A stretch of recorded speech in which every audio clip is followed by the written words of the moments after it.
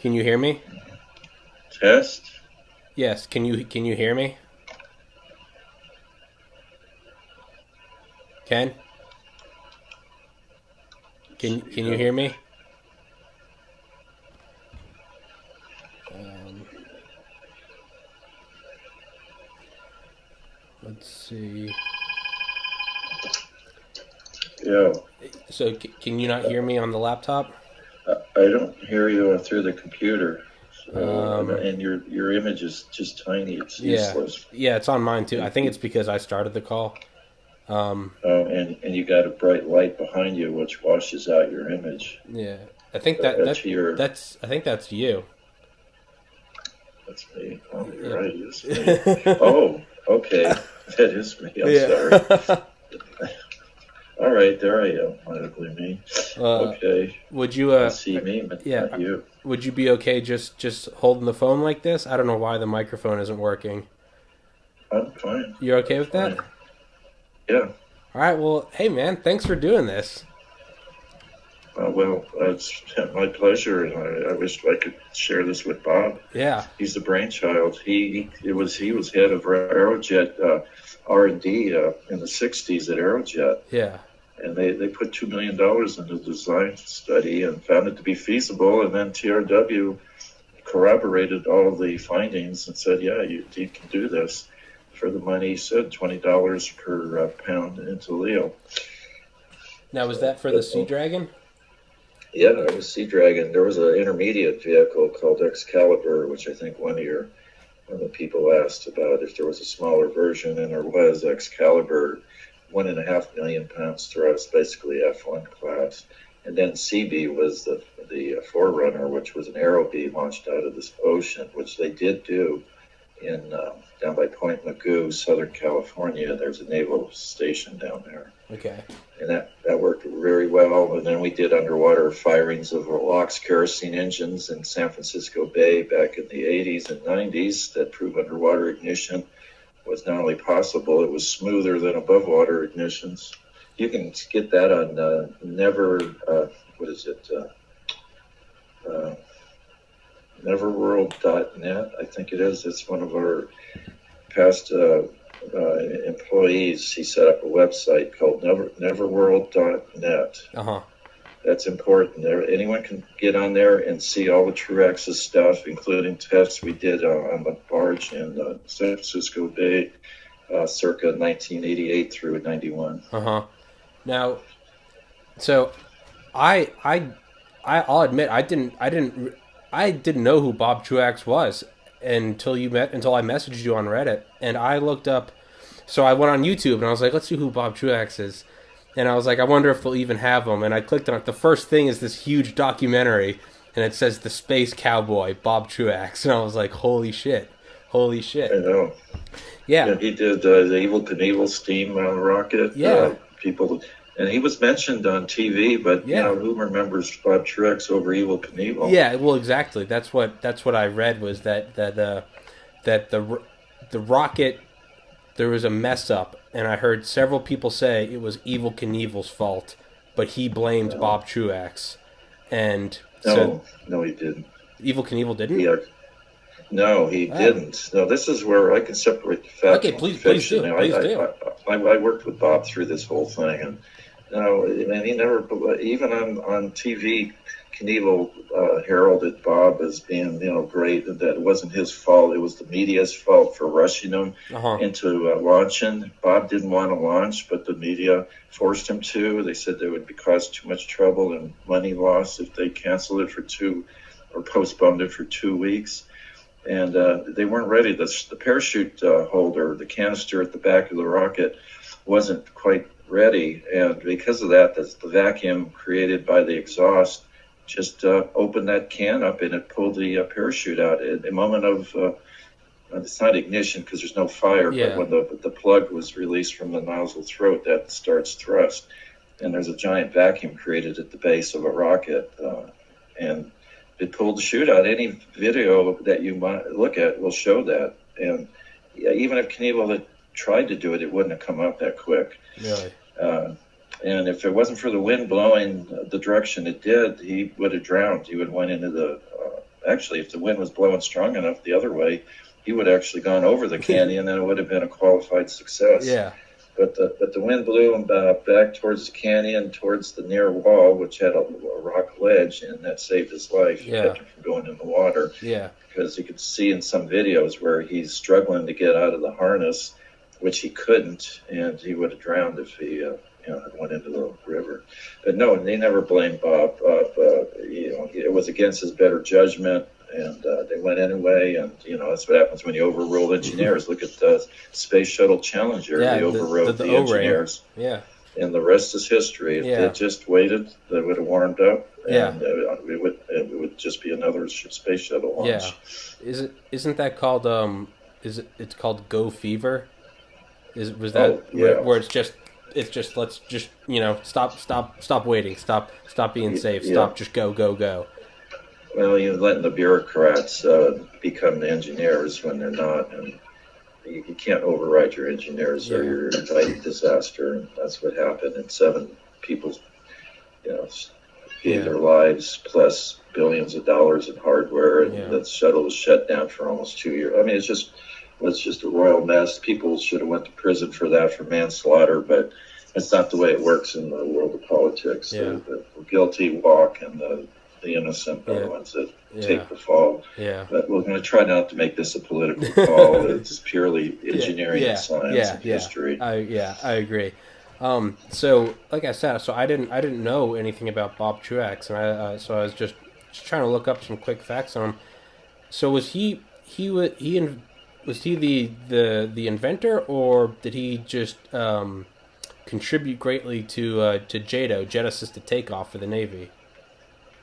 Well, he, as mentioned, he was head of research and development, the program at Aerojet, and their think tank, him included, came up with the concept of sea launch and recovery. That's the CLAR acronym. Mm-hmm. And the bigger, the cheaper. Bob's motto is, if you want to put more payload up, don't worry about more ISP, specific impulse. Mm-hmm. Or more efficiency, just make the thing bigger. Yeah. You want more cargo hauled in a truck, you just get a bigger truck. Yeah. And a rocket system can only have so much delta V. No matter how big it is, it has so much delta V. Just bigger means more payload. Mm-hmm. So, it's cheaper to make an existing rocket bigger than it is to start from scratch and redesign something. And it's just engineers. They get this analysis paralysis, which is a cute term coined by an engineer I worked with in microcosm. That was another one of the Denvers I was involved with back in the 80s and 90s. But people overanalyze, and they get into ISP fever, and they see hydrogen as ISP's 10 or 100 points higher than methane or kerosene. Let's go that way. And they forget that a 55-gallon drum of liquid hydrogen is so light you could pick it up. Yeah. So, once you see a rocket, how big it has to be to hold just a few pounds of hydrogen, then you start thinking, wait a minute, now I got tanks that weigh a ton. Yeah. It negates some of the ISP game. But at any rate, it's just, back and forth. Yeah. And, who's most successful now? Well, SpaceX, LOX kerosene. Yeah. And densified. It's usually good to densify your propellants. With LOX, you get about almost 15% higher density, kerosene about 5%. So that's the way to do it, and that's the way they are doing it. And our first orbital rocket, single-stage orbit, was the Atlas, LOX kerosene. It's now called stage and a half, but it was ground-lit tanks and ground-lit engine that went from all the way to orbit, and that qualifies in my book as a single-stage to orbit. Yeah. LOX kerosene. Yeah. Now, so ISP, is that specific impulse? And what does ISP stand for? I know it's what is it? It's a pound of thrust per second per. You have to educate me on this. It's how much thrust you get if you burn 1 pound of propellant per second. Okay.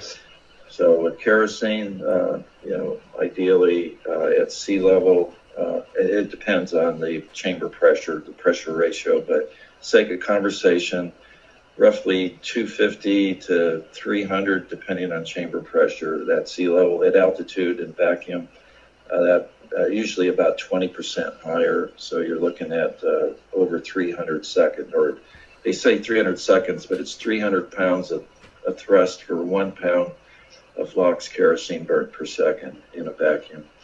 And in hydrogen is about almost 500. Perfectly expanded, you're almost nipping at 500 seconds. And the record ISP with a chemical system was liquid fluorine, liquid lithium metal, and liquid hydrogen gave a delivered sea level ISP of 542. Oh. That's per John Clark's book, Ignition, which if no one's read that or even heard of it, I don't care if you're a rocket guy or you knit socks. You'll love the reading of John Clark's Ignition, an awesome book. It's funny, but it's extremely instructive. I refer to this day when I want to look up odd propellant combinations, and in there just about everything's been tried, including mercury metal as a propellant. Mercury? Yeah, to get the density impulse up. Low ISP, but the tanks are so small that the tankage is virtually weightless. Yeah. And you inject some mercury, and you get more thrust per just a small amount of liquid injected. Of course, the exhaust is toxic as hell. But in the 40s and 50s, they pulled out all the stops and tried everything. Yeah. Hey man, anything to beat the communists. They didn't give a shit. It was because mercury is 13 times denser than water. I guess it makes sense. You need something heavy to throw out the back. Yeah. Well, just look up John D. Clark's book called Ignition. You can get reprints of it now if you look it up. I absolutely will. It's a wonderful book. It's just everything good. With ISP, now is the reason why? Again, I don't. You're the literal rocket scientist, and I'm someone who's read a couple Wikipedia articles. So with nuclear propulsion, the ISP is much higher, but you can't, unless you're doing like an Orion project type thing, it's not powerful enough to get you out of the gravity well that is Earth, correct? Nuclear propulsion is good for... Well, yes and no. Even if it could, you don't want to. You don't want to pollute the Earth with radiation. Yeah. Now, nuclear propulsion was never, ever even considered for, going to LEO. Strictly from LEO to escape velocity. And then you're about roughly, just talking round numbers, it approximately doubles your chemical rocket ISP. It goes to about 450 to about 900 seconds. Jeez. And that's thermal nuclear. That's where you're heating hydrogen with a nuclear reactor, and you're exhausting just hydrogen out the nozzle, which gives you a higher specific impulse than if you burn it, because then you have a higher molecular weight if you burn it to water. It's kind of counterintuitive, but if you burn the hydrogen, you actually get less performance. It's better to heat it and exhaust it as a diatomic molecule. So if you can make it monatomic, it'd even be better, but there's some physics problems there that make that impractical. Yeah. So now I know with Project Pluto, the cruise missile, that they wanted to go at Mach 3 and powered by, I know it had, I forget what the reactor was made of, but I know that, so that was basically, they just wanted to heat up air. That was just going to be a ramjet. But obviously, it would have been great as a weapon because it would have spewed radiation all over wherever we were going to launch it. But for stuff like the MB-36, the nuclear-powered bomber, they wanted, what is it when it doesn't directly interact with the environment? The heat's just transferred through liquid metal. Would that be far, far too heavy to work for a rocket? I'm not sure if I'm familiar with the system you mentioned. Project Pluto? Could you repeat what you... Pluto? No, I'm not familiar. Oh, it was a project in the 1950s. It was Pluto Slam. It was the flying crowbar. It was a nuclear powered cruise missile, the size and mass of a locomotive, that would have gone at Mach 3 for months on end, and it would have been able to shoot out 16 individual hydrogen bombs, all the while circling over the Soviet Union at treetop level, spewing out beryllium oxide exhaust, killing people with a shockwave. it was the reason we didn't make it was because we feared, what if the Soviets make one? There's no way we can defend against it. So it was considered too disruptive. I basically don't, and I don't find too much interest in weapon systems. Yeah. Well, I was talking about purely as a propulsion source. If you could, no, since I didn't just study the weapon system, I wouldn't have been privy to the propulsion system unless it was thermal nuclear. Then I am familiar with the fundamentals, which we touched on earlier. Now, would it be possible to make nuclear propulsion for LEO that did not spew radioactive exhausts? Is there a way that you could just transfer the heat through like a normal nuclear reactor, like something an aircraft carrier or a submarine uses, where it's through liquid metal or liquid salt? Well, theoretically, that may be true, and now you're getting into some nuclear physics that's beyond my pay grade. But yeah, if you're just expelling hot hydrogen, which is all you're doing, and that doesn't become transmuted into a radioactive daughter product, yeah, you could ostensibly go to LEO. But the reactor's so heavy, you really don't want to. They're getting out of the gravity well. This is why you don't even want to use hydrogen and oxygen to get out of the gravity well. Just, just medium performance propellants like LOX kerosene get you up into orbit, LEO. And then you can just knock yourself out with any propulsion method you want, even if it's toxic. You can use beryllium if you want, mercury. It doesn't matter pretty much. Just don't have the nozzle pointed towards the Earth when you light it off. Yeah. Well, something I've been interested in lately is our ion thrusters, xenon ion thrusters. How they have such a small amount of thrust, but they can keep them going for like thousands of hours. Yeah, months. Yeah. And ISPs in the almost like 5 digits. Yeah, wonderful devices. But the caveat is the electrical power required to run them. It's pretty much all roads lead to fusion. If we can get fusion, and the last I read we're again 30 years away, but they're still making progress with fusion. They get that finally practical, then energy is not an issue. We even might have fusion-powered rockets and bypass thermonuclear and even ion. We get ISPs now into maybe the 6 digits. But I think that's what we're really all waiting for, including missions to Mars, which my personal feelings are the psychological issue is what's going to prevent men from being able to go to Mars. It's too long of a coast time. Plus the radiation, and then the psychological factor. You're stuck spam in a can for all that time.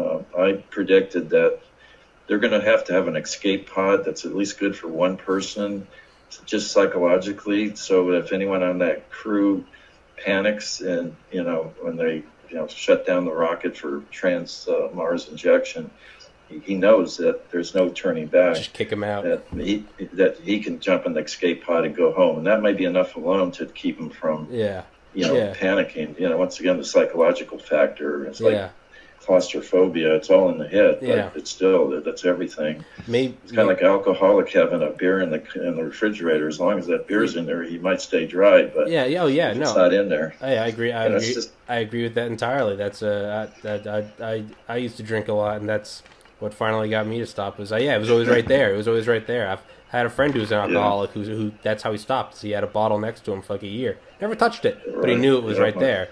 My dad died of it, and I started getting into it, and I literally didn't have time to drink. But alcoholism will find a way to get in your life, and there's a point where you kind of got to make a choice: that in your career, or that in your relationship, or all of the above. But I'm just about to turn 65, and it's basically it doesn't even work for me anymore. So more important things in life. I agree. Especially eternal salvation, which is another topic for another time. Hey man, spirituality is, I think, equally as if not more important than anything else we're talking about.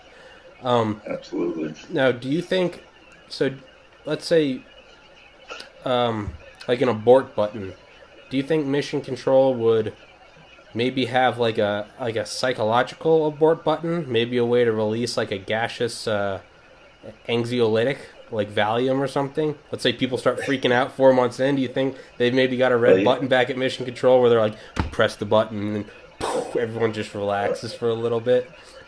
Well, I thought that they might have the commander, mission commander, have something he could give a Mickey to whoever freaks out. Yeah. And also, if the mission commander freaks out, there'll be somebody on the crew. In other words, you can medicate anybody that might, freak out or exhibit anxiety or something. Yeah. Possibly, but the problem is you've got to keep medicated for the whole mission.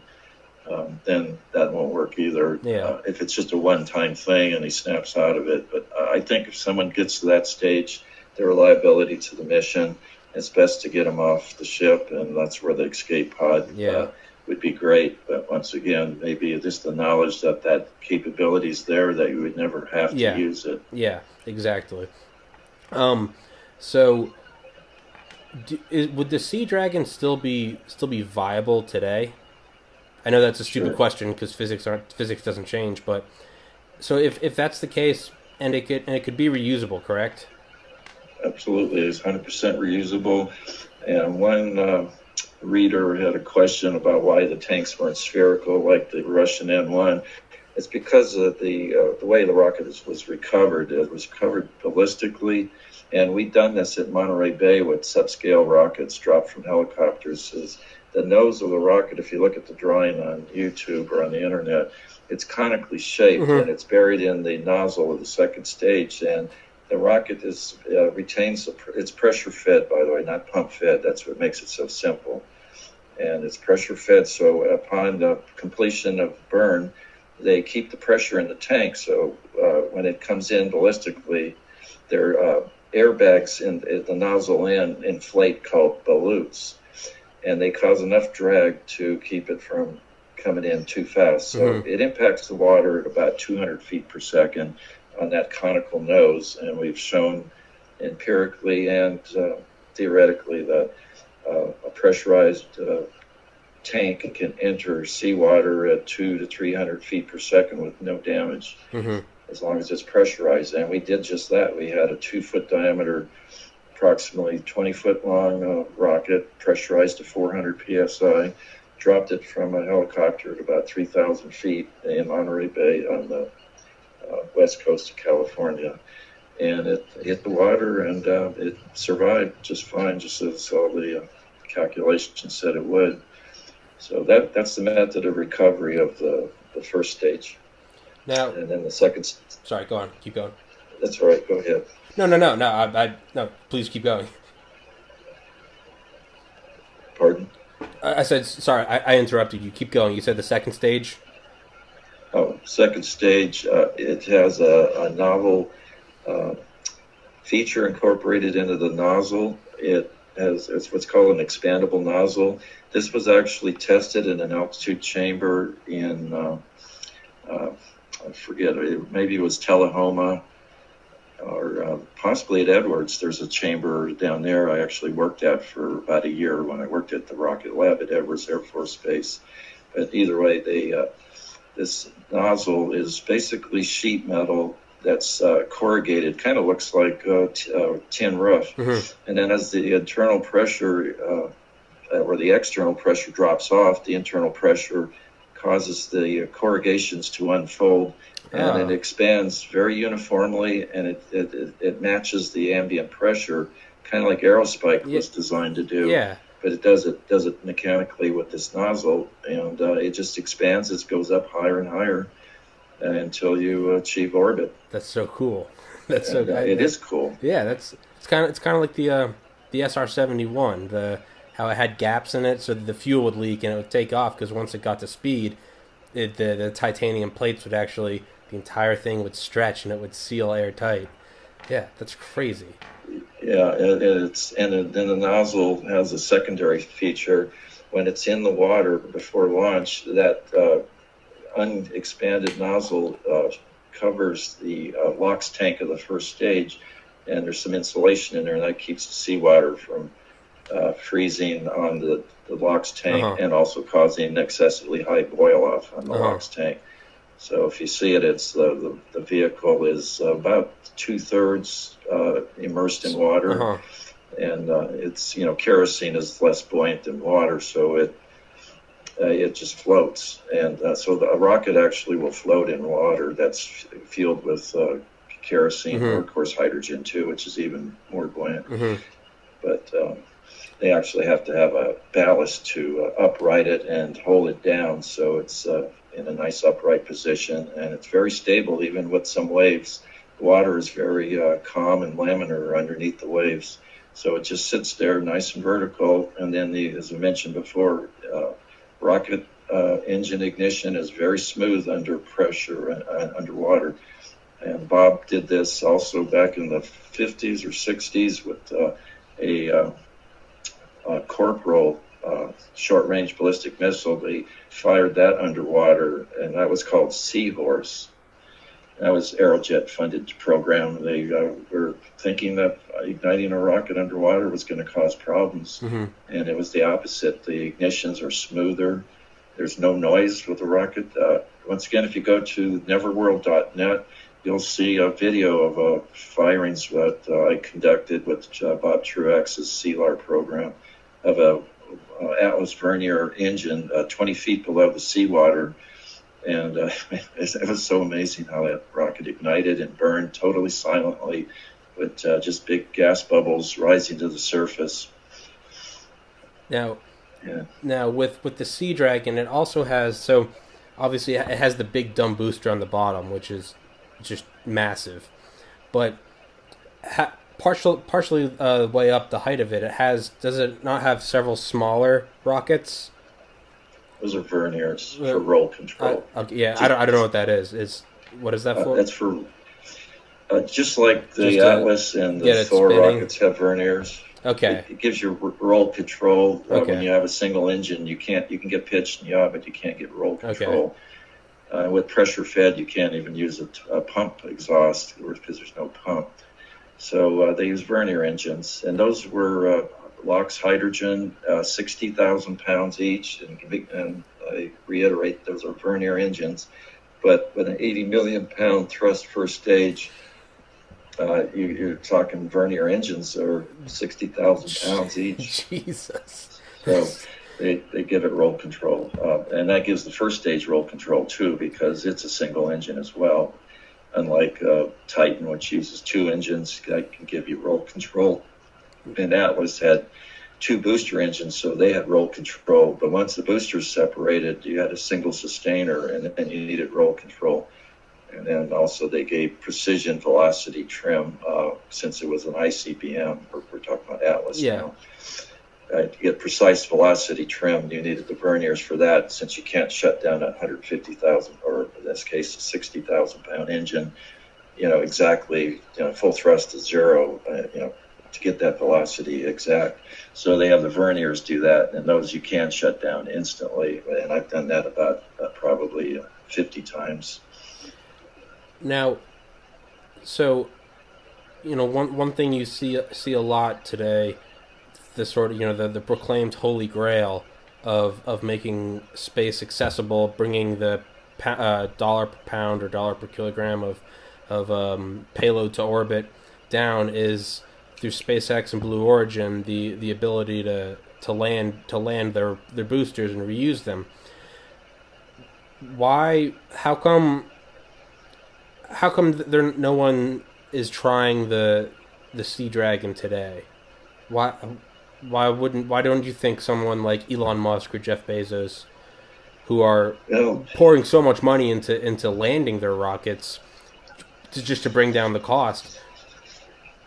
Why don't you? The short answer is people are land creatures. We're not fish. We're not amphibians. We basically don't want to get wet, and we have this mindset that salt water is corrosive, and it is, but naval ships and submarines have been doing it forever, and without corroding, anything to the point of non-usability.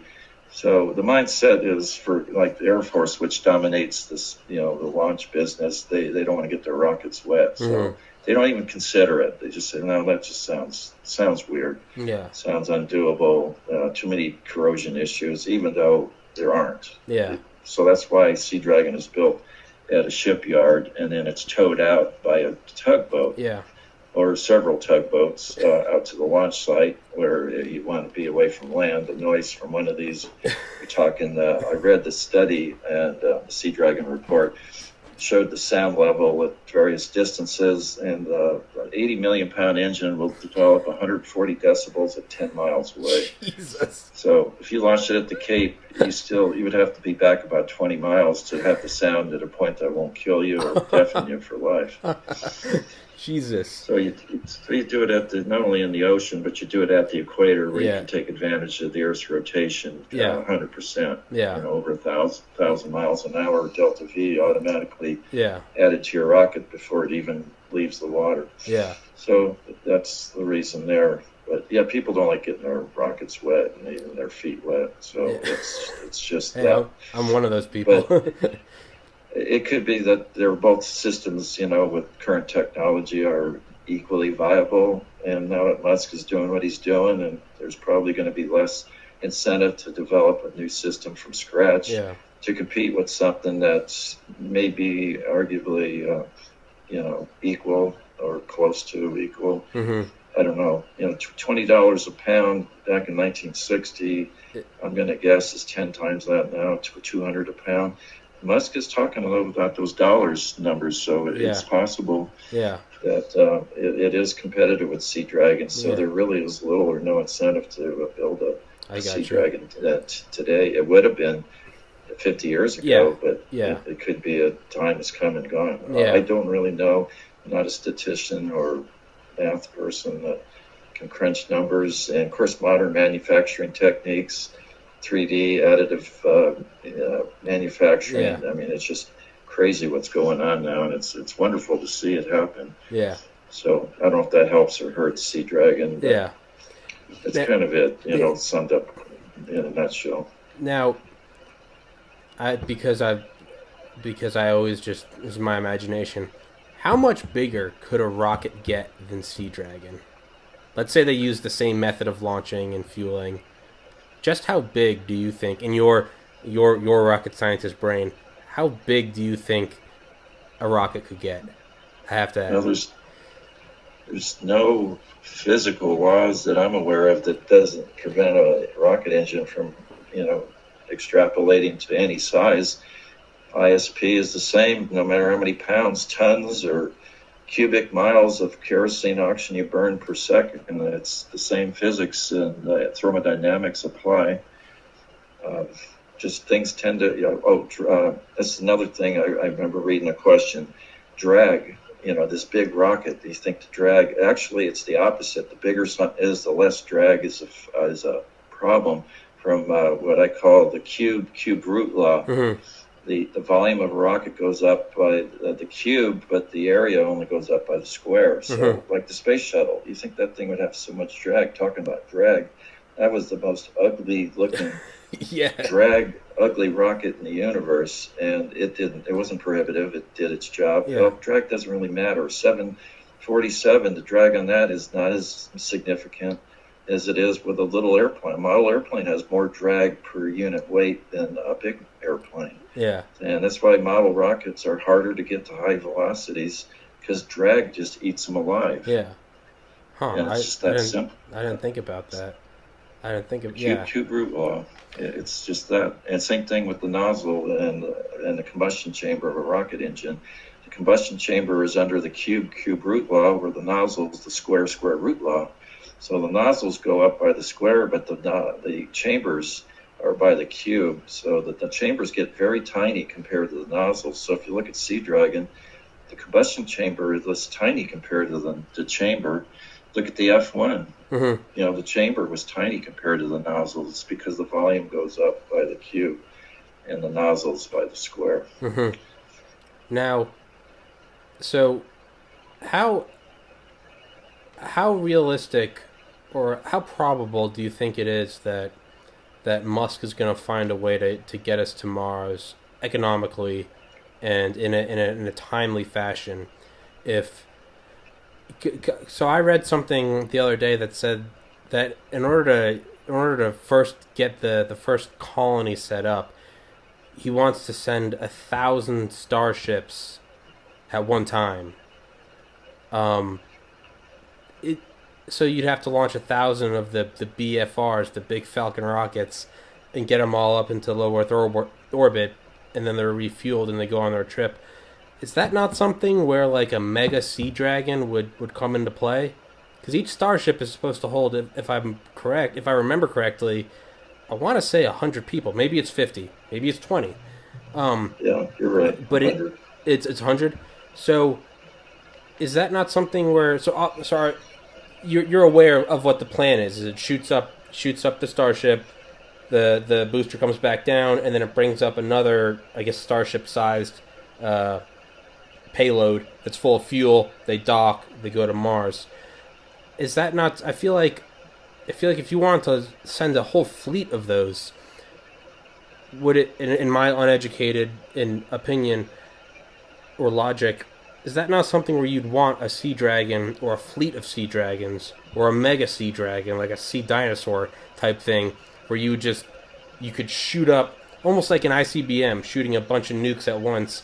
Would you not want to shoot up like 10 starships at once?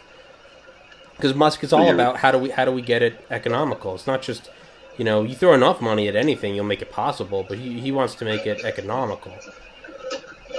It's a good question, and you bring up, you actually are helping answer another question by a reader, and that's the payload.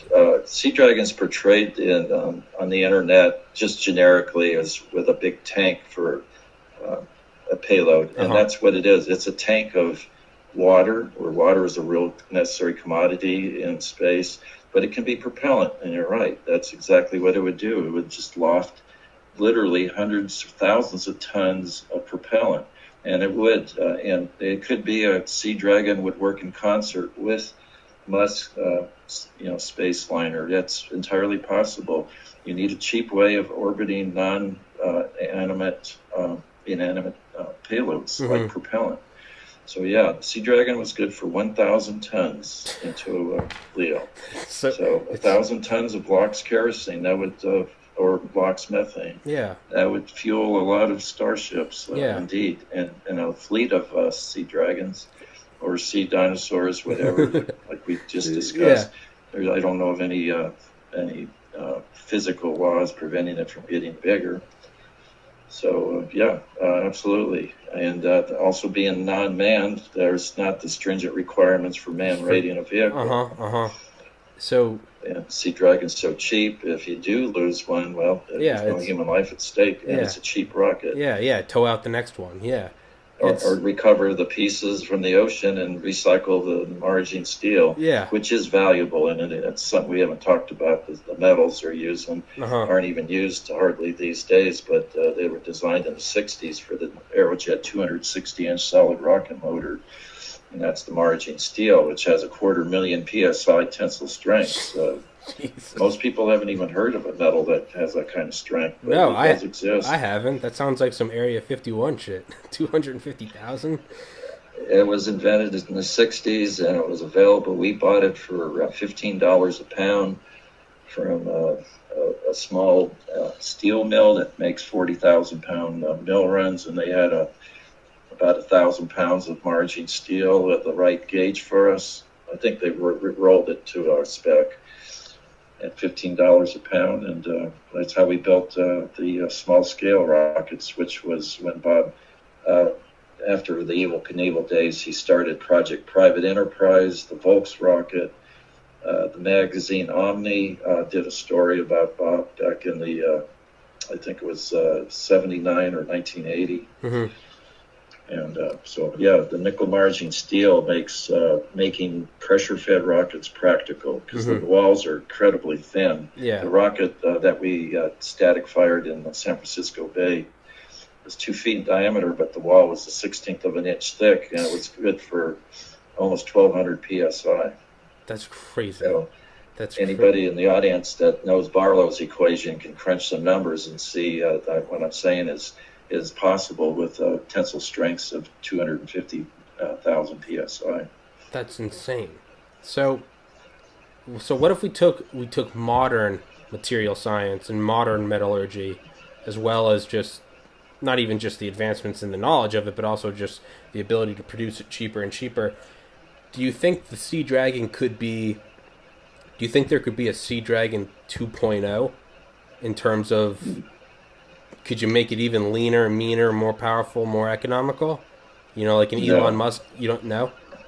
No, you have to use metal, and this dovetails into why Musk got rid of, or he basically changed from carbon composite to steel to stainless steel 301, which is a good choice. But if I was on his crew, I would have suggested using margine steel. That would have cut the weight of his rocket by at least half, and maybe by 3 times, depending on the grade of margine steel used and the elongation that you would need for the particular mission. Now, no, you gotta have metals. They're not as damaged by impact like composites. Reentry issues, which you're going to be faced with recovering the stage, which Musk encounters all the time. You got those titanium waffle drag fins. Yeah, That's a great idea. Give up all that unwanted delta V to the atmosphere. It's free for the taking. It's unnatural. Yeah. And that's what Sea Dragon does, using those volutes, those drag devices at the nozzle end to slow it down, and then so it impacts the water at about 200 feet per second, and the internal pressure keeps it from collapsing. Mm-hmm. So you need a metal structure. Carbon composites are really fussy. They're really excellent on paper, and in tension they're unbeatable. Nothing stronger, but if you don't treat them right, they get mad. They get angry. And expensive, are they not? I don't know about that. A company that not too many people have heard of, but is doing great, is this Rocket Lab in New Zealand.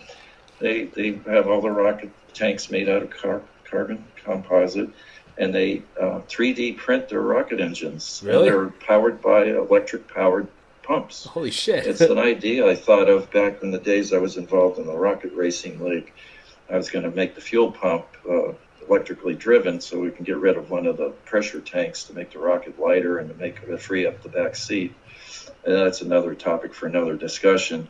But they have 3D printed engines, electric powered pumps, all 3D printed. The pumps are printed. The engines are printed. They're regeneratively cooled. Wonderful company. It's the smallest orbital vehicle currently orbiting vehicles, and except for one technical failure, they've had I think 9 out of 10 launches successful. So they're launching microsats. But they are using carbon composites, but they're not recovering them, though they're trying to come up with an idea of a method to do that. But anyway, that's that got me thinking. So, and please, by all means, if you can't tell, I don't shut up and I interrupt. So please, by all means, take reins of the conversation. We got all day. Yeah, hell yeah, we do. And like you said, you asked a couple times, could we do a follow-up episode? Ken, we can do an episode every goddamn week. I don't care. I'm down. There you go. Yeah. So what we forget or don't have time for. Exactly. Whatever, right. Yeah. You get people call in or write in. Exactly. Just make a list and we'll answer the questions. Exactly. And within my database, I'm more than happy to share it. Bob, I wish he was alive today. He'd love to be. He'd be sitting where I'm at. So, or be in a 3-way conversation. He's the master. He'd be able to answer questions that I'm not familiar with.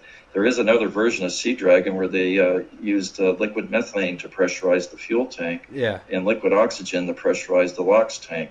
They had tanks of liquid methane that they bubbled the liquid into the fuel tank, and the heat of the fuel vaporized the methane, and then it pressurized the tank. And then when the fuel was burned up, they burnt the pressurant for added delta V. They burnt gaseous methane with gaseous oxygen in the chamber after the fuel was expended.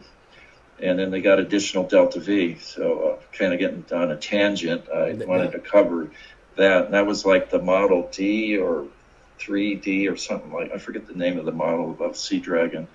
I think you might be able to get a copy of the report if you know where to look. It's a giant book. It's about the size of the LA phone book. And a $2 million study in $1960, they're going to generate a lot of paper. Hell yeah, they are. They did. Yeah. And like I say, they have things like the graph showing the sound pressure level at miles from the launch site, and it's really juicy stuff that you can spend days studying. Yeah. So you just apologize for going on a tangent. Don't ever apologize. Yeah, I'm enjoying this. I'm winding you up and letting you go. I'm soaking it all in. So please don't cut yourself off. Go on tangents. Personality flaw. My mind goes in different directions, and sometimes I'm thinking ahead of my mouth. So it's just exciting to talk about something that's near and dear to me. Yeah. I don't have anybody that is interested in that. I don't really have any friends. I'm kind of isolated hey, man. up here in a little town that's not even on the map. Yeah. But in the heyday, we had fun. I got to make six figures at my hobby, and I'm very blessed. Absolutely very blessed. Can you had what I had? Can I? You're my friend. All right. You got me. All right, man. So fuck that. You don't have zero friends. We have one. You got me. All right. So that counts. Well, it is, and you're new in my life, and you're in my book. So yeah. Hell yeah. And you're a blessing, and this is like second wind here in my life. I'm getting to share something that most people never heard of, or they were born after it was even proposed. Yeah, I forget. I'm getting old. No, shut up, dude. I was at the gym. I was at the gym this morning, man. I dragged my dad to the gym. My dad's 61. He was saying I'm too old to work out. I was like, dude, you need to come work out with me. The guys I'm friends with at the gym, I shit you not, 81, 82, 84, nice. 85. They do pull-ups and shit. They fought in Korea. So and they all got young wives. So whenever everyone's like, I'm old, I'm like, I used to think I was old. I'm 29. I'm like, I thought I was old. I work out with these guys, and I'm like, oh, life goes on. Life goes on. The formula for longevity is widely available. Low-fat diet and exercise. You can't go wrong. There's blue zones in the world. People live to be not only over 100, but they live it in a healthy manner. They're not in a hospital at 100 or 110 or 20. They stay away from animal fat, and they exercise and drink enough water to stay hydrated. It's pretty much it. It's just non-impacted exercise. In other words, don't run, but walk. Yeah. For half hour to hour a day. Eat a vegetable-based diet, and you just cannot go wrong. Yeah, it's that simple. It's not an opinion. It's hey, my ex-girlfriend's grandfather passed away in 1915. He was 100 years old. His wife is 98. Wow. They lived together. They lived on their own. They still drove. He remembers before there was electricity. And hey, man, he drank brandy every day and had cinnamon buns for breakfast. So my grandma was born in 1900, and she passed away at 2002. She was 102. Jeez. She saw Halley's Comet twice. That's insane. Damn. I hope I have some of her genes. Yeah, man, you probably do. So I have a really bad bladder. I have to go to the bathroom like every hour. Can you real quick tell everyone who you are, how you got to know Bob Truax, and I'm going to run to the bathroom. I'll be right back. All right, it's a long story, but... Hey, shit, man, start talking. I'll come back and listen. All right? Well, all right. Okay, I met Bob in Sacramento kind of through a third party. This is really a hard question to answer, not because it's difficult, but because it takes a lot of time, but the torturous path that I went through to eventually meet Bob. It was actually by accident, but I used to test rockets in my parents' front and backyard. I built some engine components in my high school machine shop. My mom was so enthusiastic about my work, she called a local television station that did a on-the-go program where they went out and did stories on people in Northern California that did unusual projects, hobbies, whatever. And she submitted my name, and sure enough, within a few months, they responded and made an appointment, came up, and I conducted a liquid rocket test for them. And a gentleman named Chuck Piper with the Rocket Research Institute, saw the broadcast that evening in Pleasant Hill, which is 50 miles east of San Francisco. He looked up all the Masons in the phone book that he found at the local library. That was the days where you went to the library to look up stuff. No internet, 1972, I think it was, somewhere around there. Anyway, he looked up all the Masons. I think there were 2 or 3 in Auburn, and of course he called me and arranged to meet with him at their test site at what's called Perkins, out about 15 miles east and south of Sacramento, off of Jackson Highway 16, about 5 miles south of the Mather Air Force Base. Well, Bob Truex was sharing that test site to test a steam rocket that was to be used on Evel Knievel's sky cycle. And of course, him being a liquid rocket guy and me being a liquid rocket guy, it was like, like unlike forces attracting. We had like interests, but we attracted like unlike atomic forces, and we got together like a magnet, and it just was a relationship made in heaven, and that's how I met him. That was about 1974. I believe that's when the testing was done and possibly the launch of the sky cycle. So that's pretty much how I met Bob, and I worked with Bob pretty much on and off till he passed away 10 years ago. I got to test his hardware in New Mexico back around the end of the 1990s at the energetic testing facility at Socorro, New Mexico. And he had a pre-burner rocket that's using a technique that's now being used in Musk's Raptor. It's full flow stage combustion rocket, and this is LOX full flow, preheated with a little bit of fuel. So once again, getting on a tangent, but this is one of Bob's brainchilds. He knew that if you injected gaseous propellants, the chances of combustion instability were minimized. And we fired at the 4,000-pound thrust level of full flow LOX pre-burner rocket engine, LOX kerosene. And we did that in the late 80s on a naval barge in San Francisco Bay at Port of Redwood City. He had the right stuff, the right idea, and but he was stuck with the restrictions of a government contract, including uncontractual or non-contractual cancellation.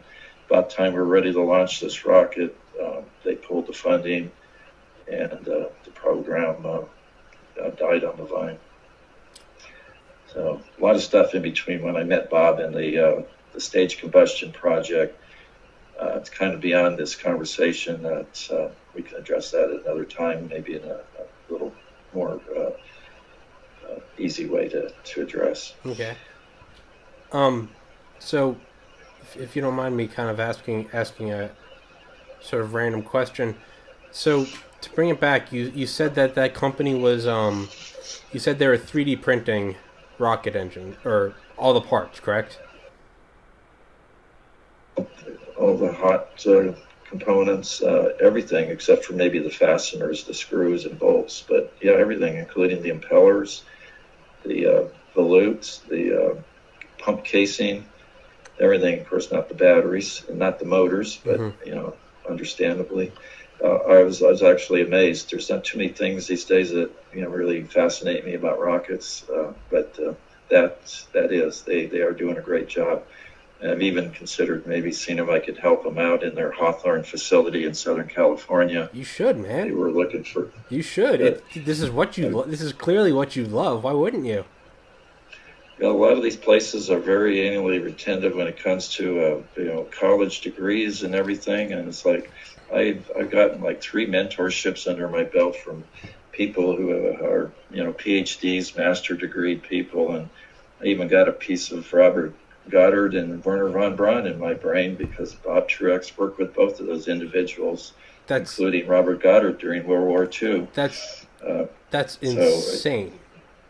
I know Bob Truex got the Goddard Award. Now they worked. Yeah, they worked side by side. Yeah. Well, when when Pearl Harbor happened, Robert Goddard walked into Bob's office and said, "Bob, what can I do for my country?" Basically everyone was very patriotic, wanting to get the Japanese for the attack on Pearl Harbor. Mm-hmm. And Bob said, "Do what you do best, do your rockets." And then Robert Goddard is credited with inventing the bazooka. I'm not sure if that's corroborated. Maybe a code invented it, but at any rate, he wanted to do something for his country, and Bob said, "Use your brain, make rockets, your rocket talent." And that was the conversation they had probably the day after Pearl Harbor. And then, of course, he worked with Werner von Braun, Project Paperclip. Yeah. In those days, rockets were, well, even today, it's a very small world. Now, did he was he one of the interrogators? They treated him pretty well, but he was one of the first people to speak to Werner von Braun. I listened to a documentary, and it was Bob Truex saying, and then it's like, I spoke to Werner von Braun, and he opened right up to me because he was so happy to have someone that could talk about rockets. Yeah, exactly. It's a small world, yeah. And having people of like mind. Like now, it's really exciting to talk to a fellow rocket guy. There's not many people I can talk to. Hey, well, wait, I got to intersect right there. I'm not a rocket guy, man. I have a biology degree. I like to read about this.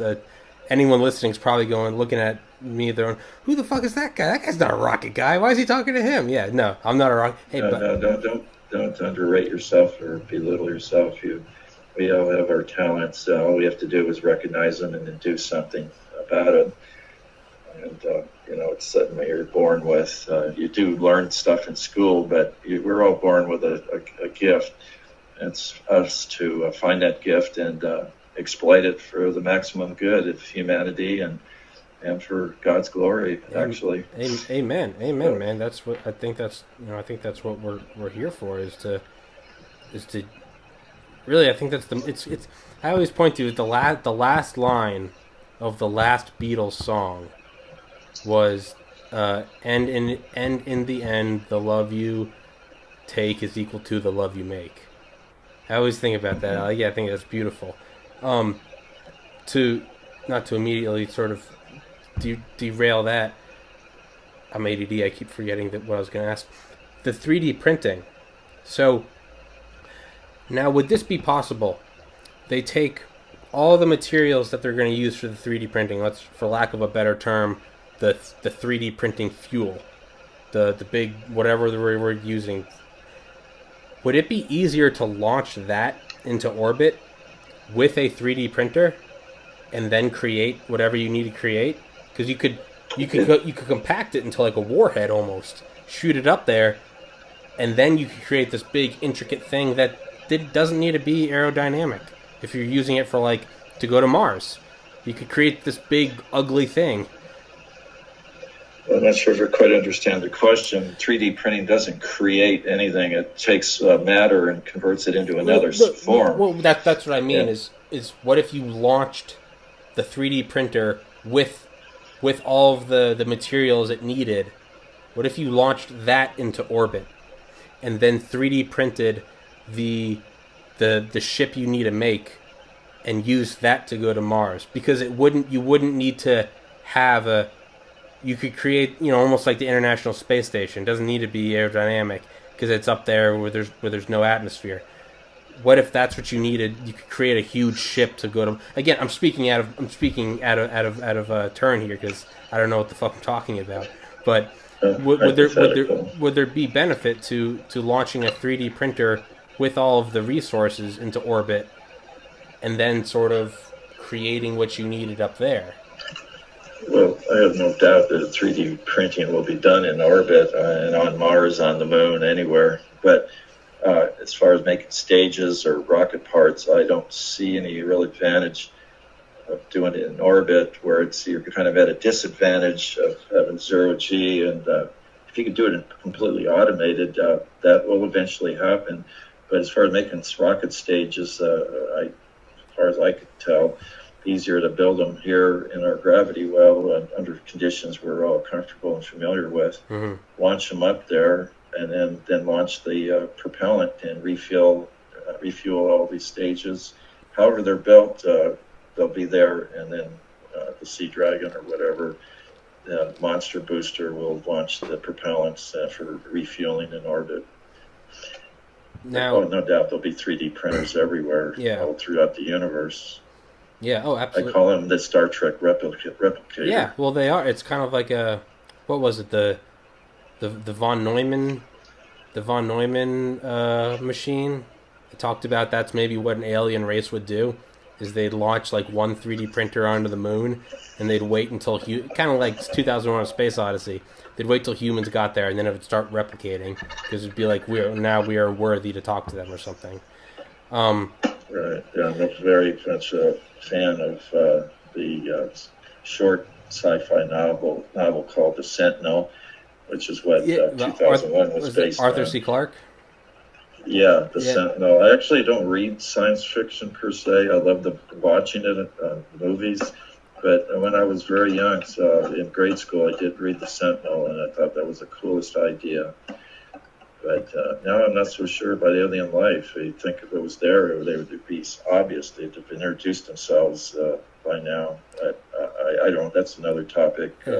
Once again, I don't want to get bogged down in, because it's very controversial. Yeah. Hey, man, we can talk about whatever we want. Screw anybody. Screw everyone that has a problem with it. I fucking love talking about aliens. It's so. What was I gonna say? Well, so something I heard about, an idea I heard about. Why haven't we heard of aliens? How come they haven't introduced themselves? Someone said, if you're dropped into the middle of the jungle, are you going to start yelling? Because a tiger may hear you. Well, if you're in the middle of the universe, are you going to start broadcasting and introducing yourself? Because there might be an intergalactic tiger out there. Yeah, there's that concern. Stephen Hawking, had that concern that there could be a malevolent alien life. I personally don't believe that. I think there probably is alien life, but they don't use radio to communicate, so that's why we haven't picked them up on radio. Yeah. They did use telepathy. I've had lucid dreams where I've communicated just by thought. Yeah. And I think that's the case, but I also believe they do not directly interface with humans. They're not permitted, and they wouldn't want to anyway. We're a fallen species. We're just a mess, and that's what we are. And we're not going to be permitted to go out into the universe with bombs with other people's names on them, targeted. Yeah, that's not going to be permitted. Kind of like Day the Earth Stood Still. Yeah, that was wonderful, about the greatest sci-fi in history. Up there with 2001, and I believe that some shape or form of that is based in fact. I actually do as well, and I think it actually makes perfect sense, because so was it Enrico Fermi said the great silence, how come we're not hearing anyone? And then the idea comes of the bottleneck. Well, maybe every species discovers the atom bomb, and you have to make it past that. It seems like those who make it past that and become an interstellar species, it seems like you almost have to achieve world peace beforehand. It seems like it's not possible. And so once you get to that point where you're so advanced, not only that, but you're so advanced, you've also reached a point of peace. It almost seems like, they would almost quarantine other species. Be like, hey, you guys figure it out. You can't come out here and start making antimatter bombs. Like, no. This is where the adults are. You guys stay there and figure it out. Maybe it takes a couple more millennia. Keep us in the sandbox. Yeah, I think there's some very intriguing stories about UFOs, for lack of better words. These lights around nuclear launch facilities. Shut down the missiles. They shut down the ICBMs. Or turn them on to scare the crap out of you. Really, I mean, that stuff I don't think is being made up. If No. it is, then it is, and shame on perpetrators of false Yeah. concepts. But anyway, it just seems like it's coming from too many directions to be false. So Yeah. there is a very positive force, for lack of better words, that is keeping us contained, letting us attack each other. Mm-hmm. There's that one video. I think it's made up. I mean, it's it may be a reproduction of what actually happened, but a ballistic UFO, and then it goes off course.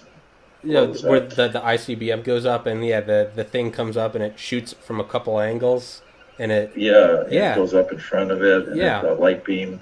It's like it's taking pictures of it before it goes off course. That may actually have happened, and of course the Air Force is not going to tell us about it. They don't want us to know that they're out of control of these things. Yeah, and, that's something I always hear is like people who are not proponents of the idea, why would they want to keep it quiet? It's no one buys the whole because society would go crazy.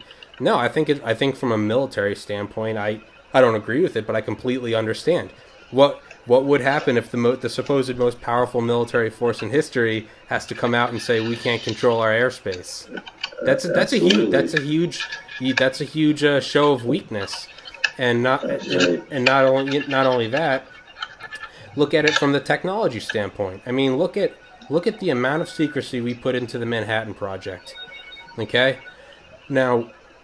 If we did somehow have interaction with alien technology, of course, the people in charge are going to do everything in their power to, well, number one, get it for themselves, but number two, make sure no one else gets it. So to me, it's just, you don't even have to, agree with the whole, the sci-fi aspect of it. To me, I'm just like, let's look at what's already happened in human history. Operation Paperclip, what do? We go get the smart guys and we bring them over here so we have them. Why wouldn't we do that with just another extrapolation of that? In 1945, it was the A-bomb and getting the V-2 rocket.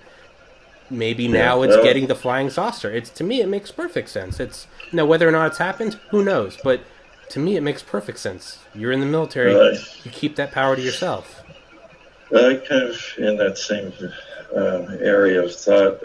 Think that at least some of the UFOs we see are what I call a Tesla UFO. And it's on the internet, the Tesla UFO, and he built this thing. It looks like a little flying disc with one or two, maybe two-person capacity, but it could be scaled. But he didn't fly it because he needed his wireless power broadcasting system, which he'd start building, but Morgan... Yeah, J.P. Morgan shut that shit down. Because he couldn't meter the power. He was, greedy rich guy. Yeah. That was sad, but that's what happened. Yeah. But anyway, I think, it was just 2 years after Tesla died that Roswell happened. And I think that they built the UFO and they flew it and it crashed. And they may have used small, midget people because midgets are easier to fly than full-size people. Yeah. Just, matter of physics. Logic. It's when Tesla died, the FBI fucking raided his apartment. When Tesla died, they took all his shit. Yeah, I know. They embargoed all of his papers and everything. And I think a lot of it's disinformation. I know Bob Lazar. Done stuff with him and did test-fired rocket engines at his Desert Blast events. Wait, did talk to him. Did you say you knew Bob Lazar? Yeah, I know him. He's done firings at his Desert Blast events back in the 80s. You can go online, look him up. No, I love Bob Lazar. I watched the interview with him on Joe Rogan, man. I recently listened to his book, Dreamland. I love Bob. Hey, you're preaching to the choir. I went over to his place in Las Vegas, and then we, like I say, had done rocket tests at his Desert Blast events at the Las Vegas desert, not far from Area 51. But we talked about it, and I think it's possible it's a disinformation campaign to make us think they're aliens, just to sidetrack the fact that the government is actually building these things. They have the technology. I don't know if you knew this, but so there's a book called Area 51 by Annie Jacobson. and she interviewed a bunch of guys that worked out at Area 51 in the 50s and 60s. And I did not know this. One of the things they did, so when they were first testing, I guess the first jet aircraft, right? When they had them flying around in Area 51, which is inside the Nevada test site, they didn't want other test pilots who didn't have the clearance to see the jet engine. And because they had, so the Air Force had their intelligence people at bars and at bases around to make sure that there was no reports of this coming in. Well, eventually a report came in that some guys they saw a craft with, and it had no propeller, which is obviously the jet engine. So the first and this is an opinion. This is declassified shit. So the first thing they did was they put like rubber propellers on the front of the planes, so you wouldn't think it. Well, that didn't work, and people were still talking about it. So one thing the test pilots started doing was they started wearing. They would go to L.A. They'd go to like Hollywood. They would start wearing gorilla masks, big gorilla heads, not a mask, the fake hair, the fake eyes, everything. And the purpose was, it was brilliant disinformation. When other test pilots would see this, maybe, so what happened is they would see this, they would go to the bars and they would tell hey man, I saw this thing and it had a fake propeller on it, but it had a trail of smoke behind it. Okay, true, and you'll never get this. A gorilla was flying it. Oh, you're fucking crazy. But the thing is these test pilots said 40, 50 years later, that was true. We were wearing gorilla masks for that reason. To discredit the witnesses. Well, to me, that makes perfect sense. What better way to, you start explaining alien technology. You start going, okay, I could see it. Yeah, and then there were little green men. Oh, okay, you're crazy. To me, it makes perfect sense. I'm sorry if I'm going off topic, man. If you can't tell, I love this shit. Yeah, I know. We like say talk all day and still not cover hardly anything. Yeah. So that's to keep it focused. We'll stay with rockets, and then I do have opinions about that too, and it's what it is. But you want to stay with fact, things that are black and white. Okay, so people look at it, and then we can have a follow-up meeting. And This is all juicy stuff. I love it. Yeah, I do have. I agree. Maybe let's stick to rockets for right now. We'll do another episode with aliens. I had a lot of fun with Bob Lazar. I can get another meeting about that. Very fun person and very intelligent. I bought a lot of stuff from his store. And I've sold him stuff, so it's been fun. What his what is it? American Nuclear?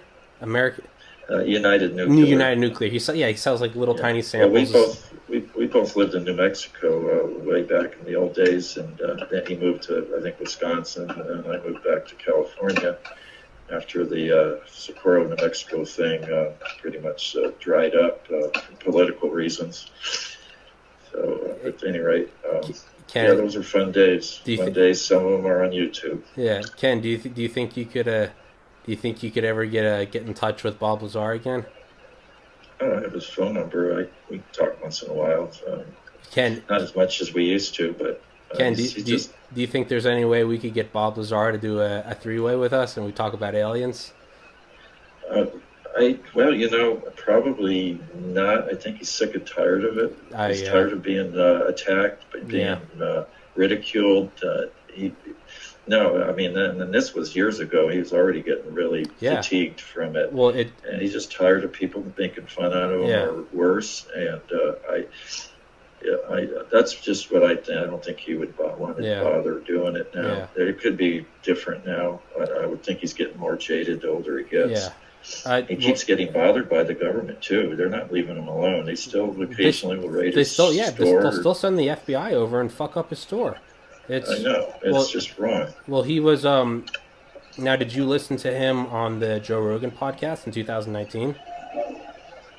I'm not sure. I will email you a link after this episode. He went on and he did a podcast, and he openly talked about how reluctant he was, that he doesn't like doing it anymore.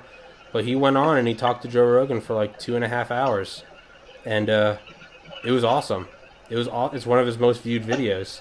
It's That's the only reason I asked, is because it seems like he's willing to do it more. Well, he loves the topic. He just doesn't want to be ridiculed or worse. The government harass him. Yeah. Well, hey, let him watch this video, and he can see that hey, we're not making fun of it. We're entertaining it. We're entertaining it as a possibility. I don't know why it wouldn't be a possibility.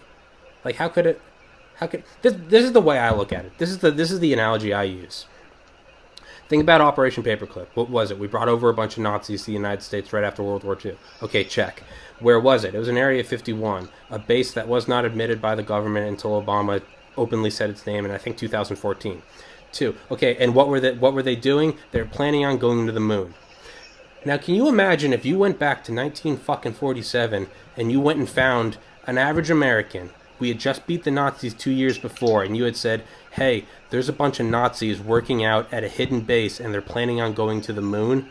They would have laughed at you, but that's exactly what happened. So to me, it's just nothing can be crazier than that, because that's exactly what happened. We brought Nazis over to a secret base in the fucking desert, and they got us to the moon. Jesus Christ, that's literally Wernher von Braun. Literally, there's pictures of him and Kennedy. So on that topic, Nazis, I've gotten into some arguments on things on the internet, in comments below a video, and praising von Braun and why every Saturn rocket he built succeeded, not one failed. And then they nitpick, well, the engine shut down on stage 2 of Saturn. Well, they wired it backwards and whatever. Every Saturn completed its mission, and it was von Braun's rockets. Yeah. And then the V2. Well, they were built by slaves, and their one focus in life was to sabotage the V2s. That's why a lot of them crashed, not because of bad design. Yeah. That's a matter. Von Braun, if you look at his tombstone, he was a born-again Christian. He was. He passed away. He was. Not a lot of people know that. And we're all fallen. We all, don't throw the first rock, because you're guilty too. Yeah. And maybe not the same crime, but something else. Yeah. You got to forgive. And he died a forgiven man, so he probably will meet his creator. Yeah. But people who say he was a Nazi and this and that, they better look in the mirror and see what they're guilty of. They may not be a Nazi, but we all fall short. And I don't want to get on the Bible thumping, but there is so much truth and fact there that just that he died a forgiven man, and his tombstone is very, very simple. His birth and day of passing, and the Bible phrase, "The heavens declare the glory of God," Psalms 19:1. And that's it. And that's, what else can you say? If you want to continue hating the guy, that's your prerogative. We are creatures of free will. Yeah. Hey, man, it's like what Buddha said. If you hold on to anger, or if you hold on to hate for someone else, it's like holding on to a hot coal. Only you are hurt. That's right. And I believe you get cancer when you hate someone. And I think that a certain political party is in high gear, guilty of hatred to the nth degree, and they are miserable people. And they wake up in the morning hating, and they go to bed hating, and it's a horrible life. It's a terrible life to live. There's nothing. You're not gonna enjoy yourself. Negative forces have taken over their lives, and it's their choice, actually. I agree. Now, no one's forcing them. Are there any more of those questions you want to answer? Because I looked at the questions. None of them make any sense to me, because I don't understand anything with rockets, and I figured, well, I'm going to pass these on to Ken. Do you have them pulled up? No, I kind of looked at the first 10, and they were real basic and easily answered. I didn't look at all of them. It gets to be pretty voluminous. People are more than welcome to submit follow-on questions, whatever becomes of this conversation in written form. By all means, send the questions that haven't been answered, and I'll be glad to do it within my knowledge and ability. Now, do you remember any more of them offhand, or would you like me to send them to you? No, I think some I remembered right away, and we talked directly on them, and others I stumbled into them when we were talking about other things, and it dovetailed into those questions. So we talked about them, and I don't think there's any more. If there are, we'll address them in a follow-on. Okay. So I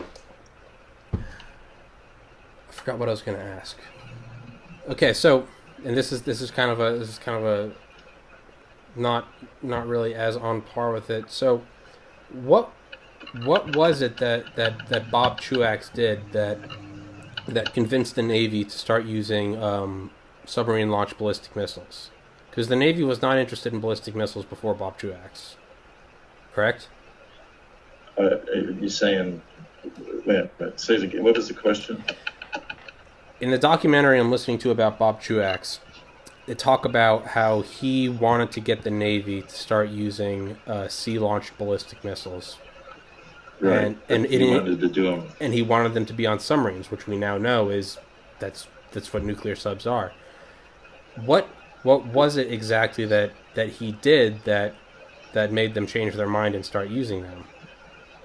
Well, they didn't do it the way that he proposed. He wanted to use them external to the sub. And once again, it's the phobia of getting your rockets wet. They thought you can't get the rocket wet, you have to put it inside. Well, it greatly limits the size of the missile, but he wanted to have them on the outside of the sub, either towed or in parallel. That way you can maybe carry 2 or 3 external, and they could be the size of the sub practically. That's what he proposed, not the current internal ballistic missiles like Polaris, Trident, D5. Now,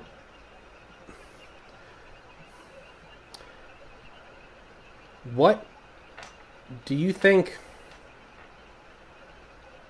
is going to be the quantum leap in rocketry? Is it going to be a reactionless drive? Is it going to be, or do you think it's going to be nuclear fusion? Well, fusion is not only pretty much the perfect, except for antimatter. Fusion is really the perfect energy source, but it's being done in laboratories, and there's no physical laws of physics says it can't be done. So it's looking like that's going to be it. But in the interim, in the next 30 years, just better energy generation sources for ion drive. And I really hope they get back into nuclear, thermonuclear. That's in the bag. We did it in the 60s. That's so simple. But we got to get around the treaties and the bans on nuclear energy. And this is fission, of course. That's all we got that works. That gives us twice the specific impulse, cuts the travel time to Mars in half. That's pretty much it.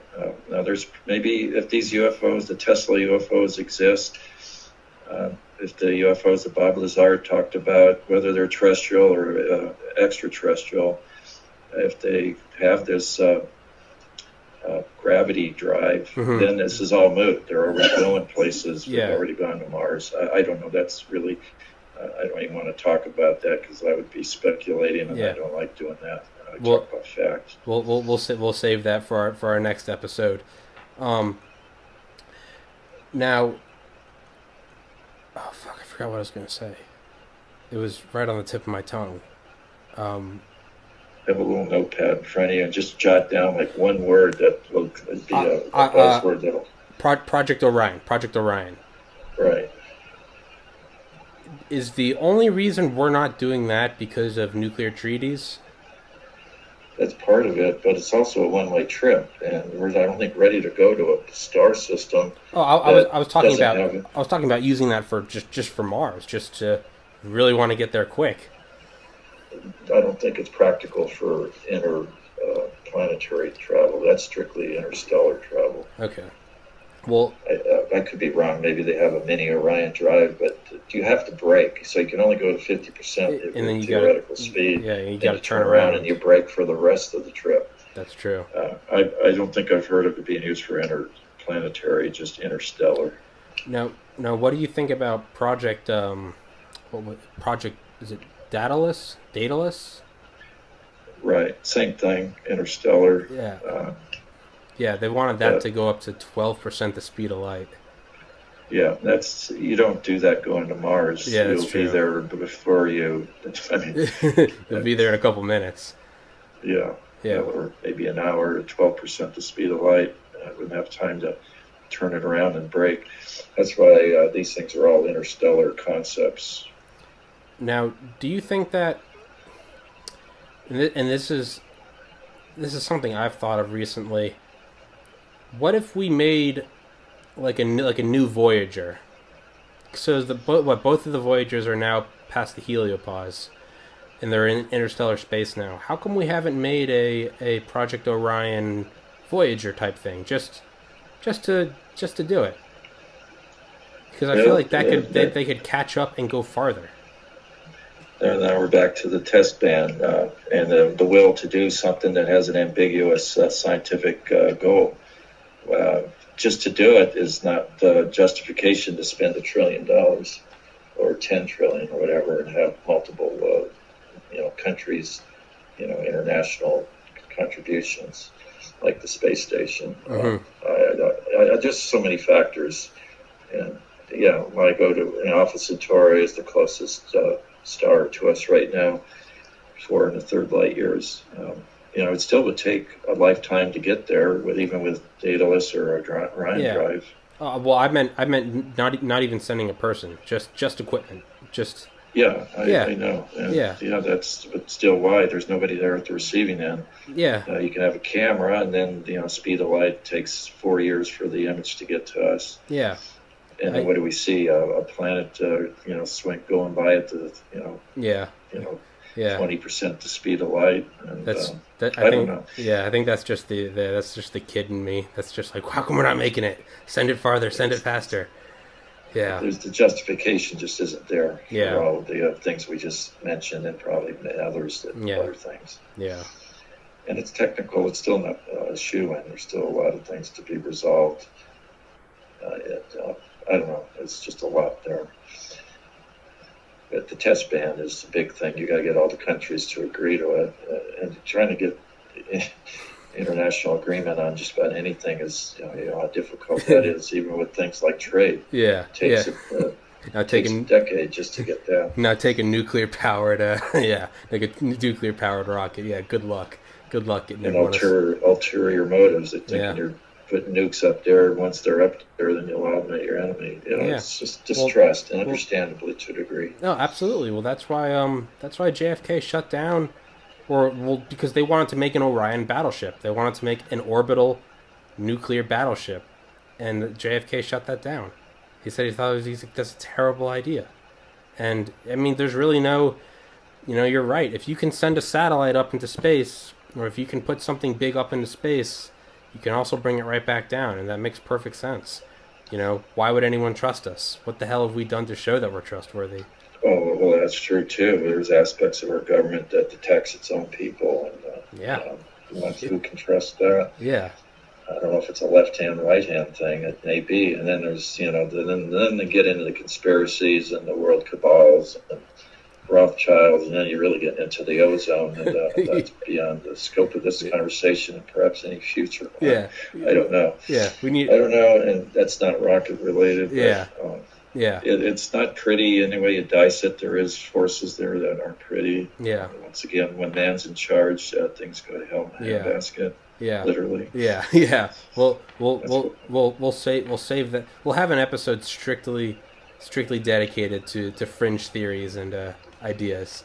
But let's talk about NERVA, Aerojet. Yeah. They were firing nuclear rocket engines. They work. And they got them flight way. They work. They could turn them on and off and throttle them. They're great. 900 seconds, even 500 or 600 seconds with a clunker.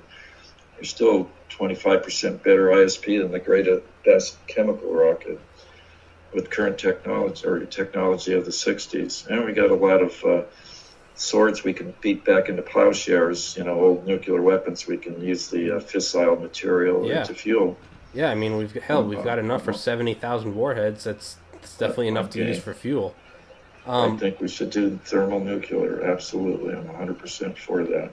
Now, how would so let's just, for shits and giggles, let's say that let's say that you were on Elon Musk's design team or Jeff Bezos' team. They gave you the final word. How would you have us use thermonuclear engines? How would you have us use?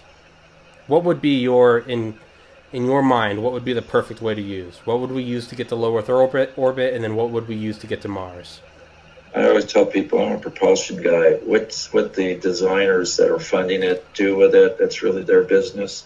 I test engines. I've had people say, "Well, what have you launched?" I say, "Well, that's beside the point. I don't build rockets to launch them. I build rocket engines, systems, test stands.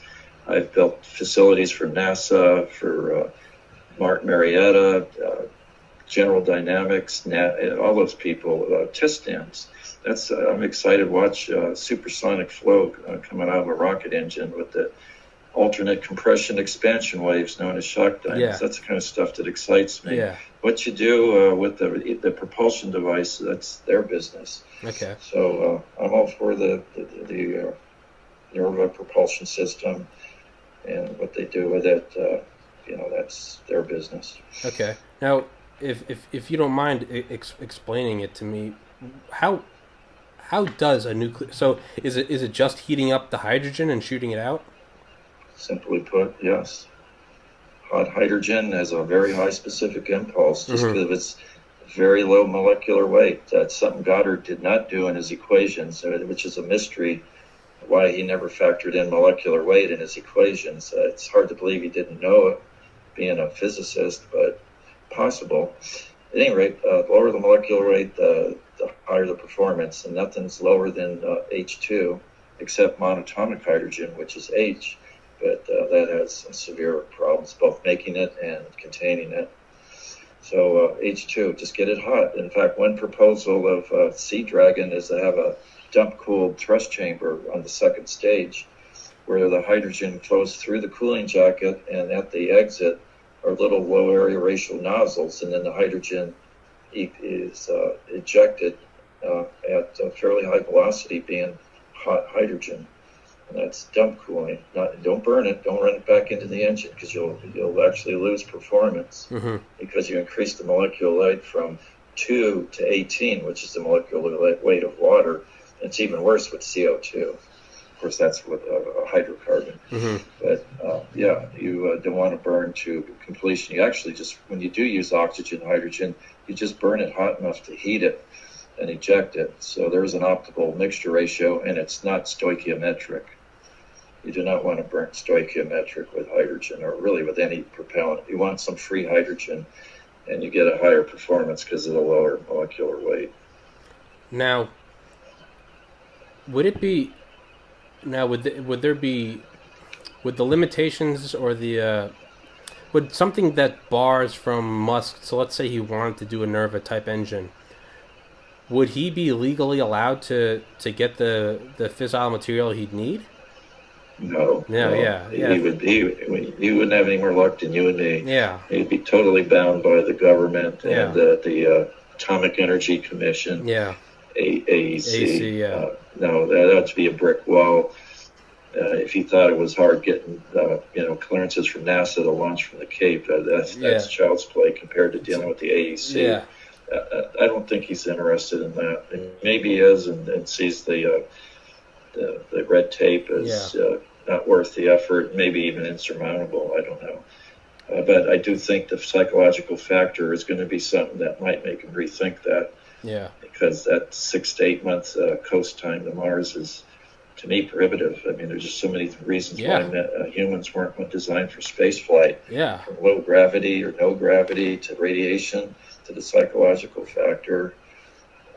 It's just a mess. Yeah. And they know it. Radiation, what are you going to do about that? They're already talking about as soon as they get there, they go underground and have lava tubes just to get away from the sun and cosmic rays. It's like, it's death. Yeah. I have a bit of a hunch what I think Musk is doing in all my brilliance, because I know what the fuck I'm talking about. But you think about insights. Think about what you just said. They want to get there and tunnel underground. Now think about what you said earlier. He's using this stainless steel for his rockets. Well, he's also just released, or taking pre-orders for the Cybertruck, and it's made out of the same rolled steel. I think that the reason he's doing that is to get an economies of scale, to make it cheaper to produce the same steel that he's going to use for the Starship. Maybe. And then after that, so you know about his company, the Boring Company. You know that he wants to dig tunnels under L.A. Yeah, I heard of it. I think that he's using that to slowly put together a force of understanding how to dig tunnels, and that's what he's going to do on Mars. I think he's just completely believable. I think dual-use technology. Yeah, so why not get Cybertruck economies of scale and just a bunch of extra funding? Start selling, because Tesla just last week they became the most valuable car company in the history of the United States. Very practical guy. Makes total sense. Get the Boring Company going. Play it off as, hey, we're going to alleviate traffic in L.A. Just maybe he's just, hey, let's iron out the kinks on what we're going to use to bore through the Martian surface. Yeah, sometimes I wish I could have a one-on-one with him. I know, some man. Ideas. I mean, nobody knows it, but I helped them design their engine. I had an injector that I leased to. I had an injector I leased to Tom Mueller, who's the president of the testing department of SpaceX, and Holy it was shit. a Pendle injector, and he he leased it from me to show Musk that this is a Pendle that, yes, they've been built, and they built them for a 70,000-pound thrust-class engine, which at the time was the size of the Merlin engine, and it worked. He bought the idea, and now they're flying Pendle injectors, and I had a hand in it. How come you're not down there working for him? They never asked, and I don't feel like working in L.A. I've been down there, and I like the desert, but I don't like L.A. I respect that. I get it. My colleague works for him, Joe Mullen. I taught him rockets, and he taught me computers when we worked for Space Launch back circa 2003 to 2006 at the Mojave Airport. So, but he now works for SpaceX. Occasionally I call him, like I called him, congratulated them on the successful landing of their booster. I thought that was really cool. In my opinion, the coolest thing since Apollo. Oh yeah. So, maybe, and again, maybe strapping on my conspiracy hat, maybe Musk is the Neuralink, not Neuralink, is it Starlink? Is that the satellite internet he's launching? I can't remember the name. It's evading me. Yeah, that's not an area I pursue. Knowledge payloads are only passing interest. Okay, all right. So sorry. So can you go back to what you were just saying? What you thought was the most interesting thing that happened since the Apollo program? Him landing the boosters. Yeah. I got really excited about rockets other than my own. Yeah. Testing engines, doing my hobby for a living. That was the most exciting thing since I watched Apollo 11 land on the moon. Yeah. I was about 13 years old at the time. I was watching online when he landed the two boosters, and that was cool as shit. If you go to that video on YouTube, the top comment is, "Thank you, Elon Musk, for teaching us to imagine again, or teaching us to dream again." And it's true. It's Apollo that inspired an entire generation, and my generation, you don't really have that. It was we've only seen regression. We've only seen no more space shuttles. Using the Soyuz. NASA built that. Von Braun didn't have a hand in that. I believe Von Braun quit NASA when they canceled Saturn V, and not only that, but he saw what the space shuttle was becoming. I'm sure he totally realized how awful of an idea it was. He got out of there, and then I think he died of a broken heart. Yeah, he died in 1977. He got us to the moon, and then NASA shut him down with the Mars effort, which I thought we were going to Mars after Apollo. Yeah, it all shut down. They canceled Apollo 18 through 20. Yeah. What a horrible, stupid thing. They have 3 Saturn V's that they didn't fly. Yeah, It wouldn't have costed anything. They already built the hardware. They just had to fund the ground crew, the tracking and that. That's nothing. They've done it for all the other Apollo missions. But I say public opinion and all that. Well, so what? We bought all the hardware. Let's just fly it and then throw in the towel if that's what they want. But politics is something I just don't get involved with. It's too frustrating. Yeah. Well, not only that, they wanted to use the space shuttle as they wanted to have the capability to double as an orbital bomber. They wanted it to be able to nuke Moscow, and maybe von Braun saw that. Maybe he was just like, I'm done with that shit. That never happened, and maybe one facet of NASA or the military thought of that. I mean, there are different people have different ideas. Fortunately, that didn't prevail. Yeah. I don't know. Maybe the whatever. What is it now? The X-37B. X-37. Who knows what that is? They're just so hush-hush about what it's doing. It's up there for a year. Yeah. Well, orbiting. Nobody knows what it's up there for. I'm pretty sure it just broke its record. It was orbiting for something insane, like 600 days. Yeah. Yeah. What is it doing? It's so small it can't be too dangerous. Yeah. Or who knows? Yeah. Famous last words, though. I mean, it's yeah. Man, I think it's up there. I think it's, again, in my uneducated opinion, I think it's for physically tinkering with other satellites. Could be, because we're worried about China taking out our satellites at a time of war. Mm-hmm. It could be we're doing something that is good or better. He may be right. But these guys are smarter than us, and I'm sure they've thought of these things and have plans to fall back on if we get into that situation. And hopefully we don't. I don't know, but with the way Trump's going and getting us on a level playing field with China, it's going to be less likely that'll happen. But it's going to take at least 10 years. We got in this mess since Nixon. It's not going to be overnight we get out of it. Yeah. But we're on the road finally, thanks to Trump. Yeah. No, it's, again, like you said, it's not exactly the field that I'm well versed in, nor can I speak on. How come they never went through with the von Braun station? He wanted to have that big bicycle wheel looking thing. Do you ever seen those old videos of von Braun? And he's got the Disney. big. They canceled Apollo 18, 19, and 20. So need I say any more? Yeah.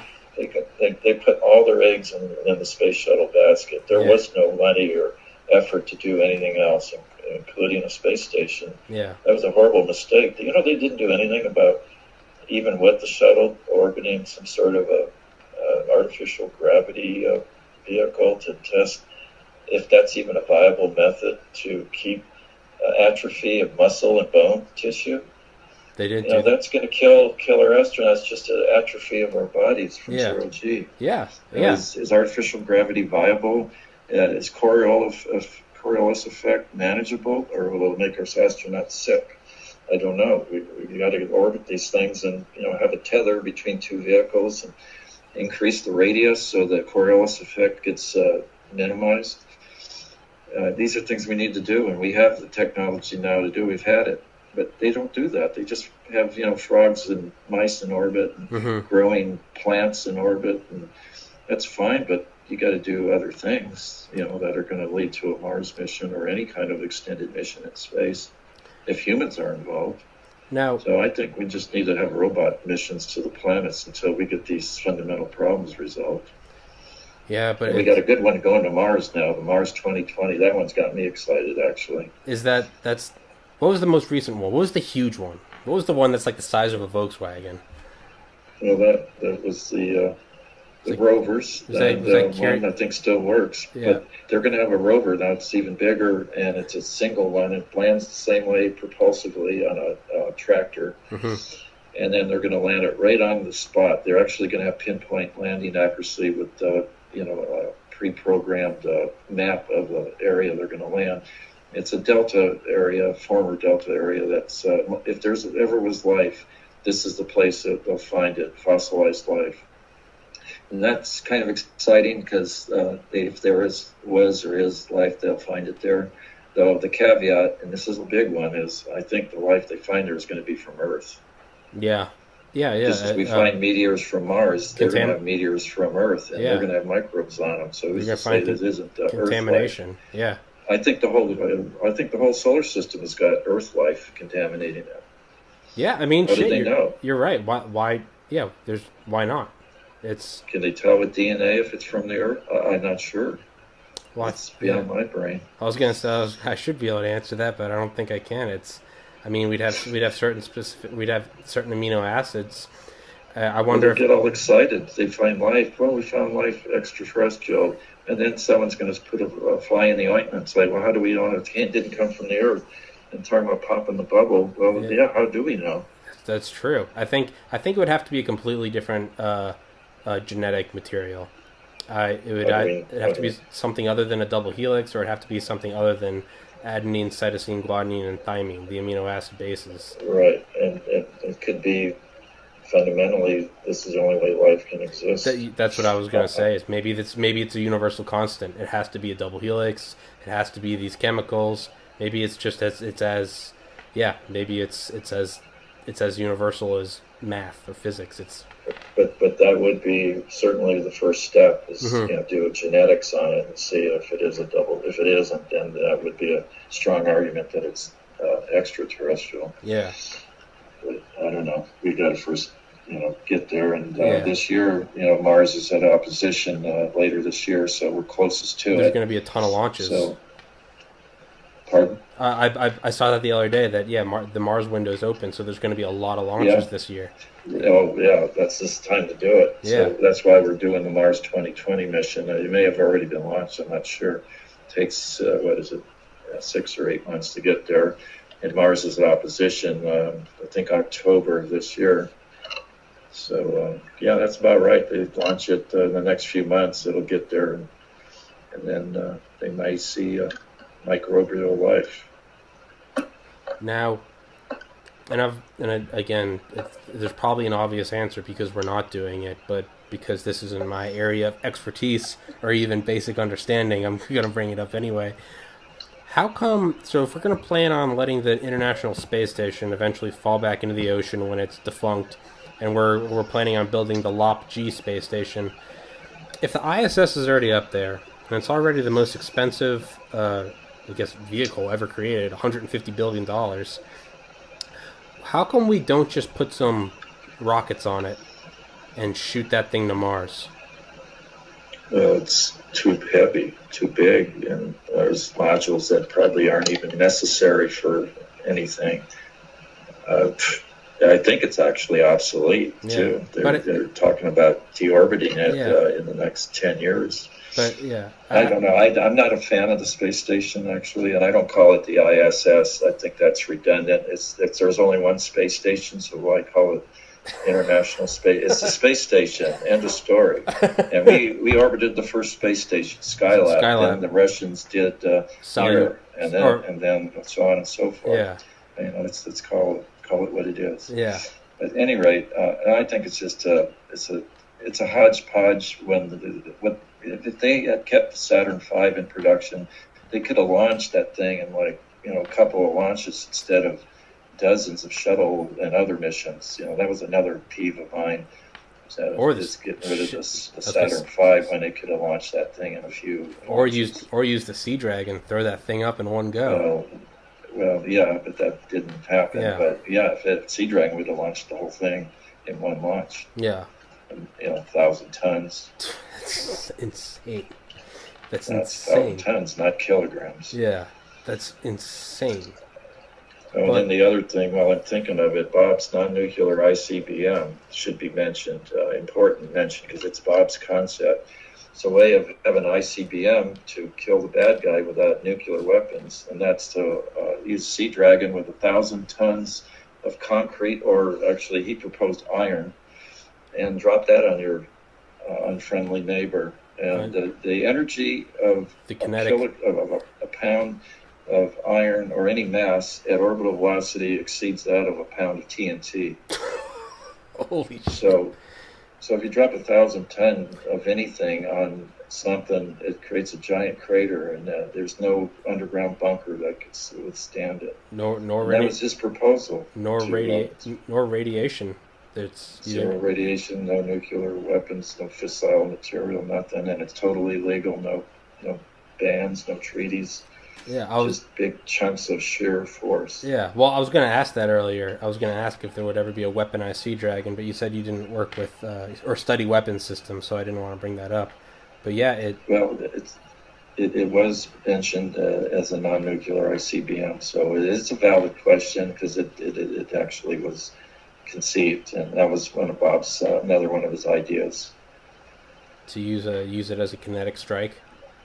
Yeah, purely kinetic energy weapon. Now, he's a military guy. Remember, he's a captain in the Navy, so he thinks in those terms. Yeah. He's a scientist too, but he thinks a two-edged sword, no pun. Well, also alive during World War II. I imagine you could probably never get rid of that mindset if you survive through something like that. I feel like it becomes instinct. Humans are flawed. Yeah. Humans will always have that. It's part of their makeup, their flawed makeup. Yeah. Back to what we were saying, I feel like that's probably a reason why alien life hasn't contacted us. It's exactly. Why would you want to give it to us? Like, why would you want to give any power to us? That's exactly true. So what do you think about, so we don't stray off into conspiracies and stuff, I'll try to keep it to somewhat based in reality. What do you think about General MacArthur saying that the next war would be an interplanetary one? He said after World War II, he said if there's another war, there'll be an interplanetary one, because he thought that the Foo Fighters in World War II, he thought that they were extraterrestrial life. And he told FDR as such. It might have been. Well, look at Reagan and his SDI's famous UN speech. Wouldn't we come together if there was an alien threat? What the hell was that all about? Yeah, that's where it gets creepy. It's one thing if guys like you and I sit here and talk about aliens, like whatever, we don't really hold any weight. But when you hear shit from sitting presidents, like in front of the world, yeah, or how about Harry Truman? Flying saucers, given that they exist, are not constructed by any power on Earth. And it's more than a hypothetical, I think. Just the way they said it, it sounds like they know something we don't. Yeah, it sounds like the whole reason, like we said earlier, why you'd want to keep it quiet is like, our power is the perception of our power. We can't openly say, hey, there's, what was it, 1952, discs flying over D.C.? Yeah, you got Eisenhower. I think if it is benevolent life, then that's what all they're doing is just making sure we stay, keep our nose clean. Yeah. We don't stray too far and hurt ourselves. Yeah. Damn. I can hope. I know, right? Well, I've run out of questions for today. I've run out of anything that isn't conspiracy related. Think of a dozen as soon as you hang up. I know. That's fine. Like the follow on. The follow up we talked about. That's perfectly fine. I'll make a post. My ear's getting a little bit flat. Okay. Asymmetrical with my other side. Yeah. We'll save for the sake of anyone listening. We'll save our conspiracy out of the bag conversation. Or I guess we can email about this. Let's definitely set up another date, man. This has been fucking fun as shit. I'd love to talk to you again. Absolutely. Maybe I'll update here to the next century and be able to do Skype. Yeah. Honestly, dude, this works just as well. I'm kind of upset at myself that I hadn't found this before, because I've had other people that couldn't do this because they didn't have Skype. But then I found this and I was like, oh, this is fucking perfect. Yeah, it's great. If there's a will, there's a way. I love that saying. Hell yeah, man. Well, I gotta process this, edit the video, or I gotta edit the audio and upload it, which could take most of the rest of the day. But I'll post it and I'll say, hey, ask more questions. Well, I would like to close with one question that's asked me all the time. Sure. And it's not rocket related. It's how did you learn what you learned? Where, what school, what degree? how did you do it? In other words, what advantage did I have that other people don't have? And the answer is none. None to all those questions. I just had an interest that we all are born with. We have our own respective interests. I was fortunate to have a wonderful dad that directed me in the directions of his books, and I had a good education. I was brought up in a Catholic school, which I don't believe in the faith anymore, but I do have a good education, and I learned to read. By the time I was in second grade, I was reading my dad's college chemistry and physics books, and then his rocket books, Willie Lay, Rockets, Missiles, and Space Travel, von Braun and Dornberger and the V2. I read all those books. I got so excited about rockets. That's all I could do. Every morning I got up, all I could think about was building rockets. And I'm talking about, at second, third grade, fourth grade, the grade school level. That's all I wanted to do was build rockets. And I started building them and started with model rockets and project with rockets. So burning, find that interest and pursue it, and flourish it, water it, make it grow, and be confident that you can do it. That's really all you need is a burning passion. And the rest will fall into together. Like Truex entered my life. I learned things that you can't learn at college, and that kind of thing. It will find a way. Well, hey, I really appreciate you saying that, man, because that's, I worked my ass off in college to get into medical school, and that, I felt like I was moving mountains to do that. But what I really... But there are exceptions. Yeah. You do need college for that when you're working on someone else's body. Yeah. No, hey, I agree with you entirely on that. But what I was getting to was this podcast. If you can't tell, I love talking. I love talking to people. I love learning about everything, and that's what's led me to this point so far. It's really just a burning passion. I just like fucking talking to people, man. And hell, you fell into my life, man. Start doing podcasts. And here's a guy that worked with Bob Truax. Like, holy shit, yeah, you can't plan this. You can't set this up. So, yeah, man, I agree with that entirely. I think I appreciate it because I will use that advice. A lot of events had to fall into place for me to meet Truax, including my parents moving us out from Cleveland, where I was born, to Sacramento, which is the heart of Aerojet, which is where Bob Truax, because Bob was from Annapolis over on the East Coast. That's where he was from. I was from Cleveland. How would we meet in Sacramento, of all places? Well, we did, because we both moved east or westward, completely independent and separate from each other. And then we met at that one place that one day after that TV broadcast that my mom set up with Channel 3, KCRA reports, Kent Pierce on to go. And that opened up my door to my rocket career. Turned my hobby into a six-figure-a-year career.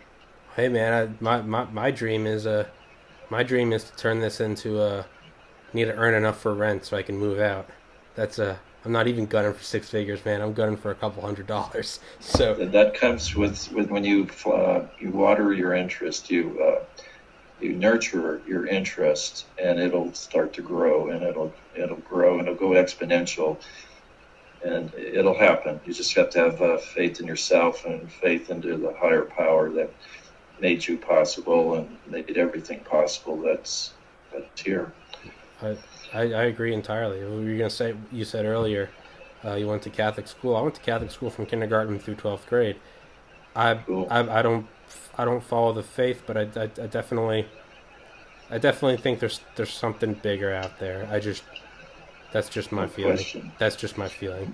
But no question. There's too much. People always say the world's so dark. How can you believe in a God? I don't believe in a God or the God, or I look at it as, I think there's too much good. There's too much good. There's too much potential love that I don't see how there couldn't be one. But I have evidence in my own life that there is indeed a God, and anybody can find that. All you got to do is ask. Yeah. And it does work. You just got to ask. If your pride doesn't get in the way, you can ask God to make himself known, and he will. It's guaranteed. It will. He will. And it did for me. And now I know for sure the existence of God. But I learned my own way, and everybody on the planet can, if they just have the open mind to ask. We're so small. We're nothing. If we think we're puffed up and we know this and that, God, you're in bad shape. Yeah, let's end on that note, because that was a beautiful sentiment. I'll email you a link when I upload this, and let's definitely plan on another episode to answer more questions, and we'll also plan on another episode to talk about aliens and UFOs and conspiracies. Bob Lazar. We've had good times together. He's a fun person. So Ken, you got to at the very least. I need you to call Bob and just say hi for me. All right? He doesn't need to come on. Just say hi to Bob for me. Okay, well, he won't know you unless there's something he knows about you that I can relay. You can vouch for me. You can vouch for me. We'll send him the link. Okay. Send them a link to this show. Send them a link to this show. And because I fucking love Bob Lazar. If you got anything you want to send me that would enlighten me on something I can, provide to him, because he trusts me, and I don't want to, give him something that would betray that trust or anything. So, sure. Also, I'll. Yeah, we won't talk about it right now. I'll email you, okay? Okay, sounds good, Tom. All right, Ken. Hey, thank you so much for coming on. Ken Mason, fucking pleasure. Thank you so much. We'll have we'll have more episodes to come. This is just the beginning. Awesome, Tom. All right. Thank you, Ken. God bless, and you have a great day. And God bless you too, my friend. All right. Take care. Bye-bye. Bye-bye.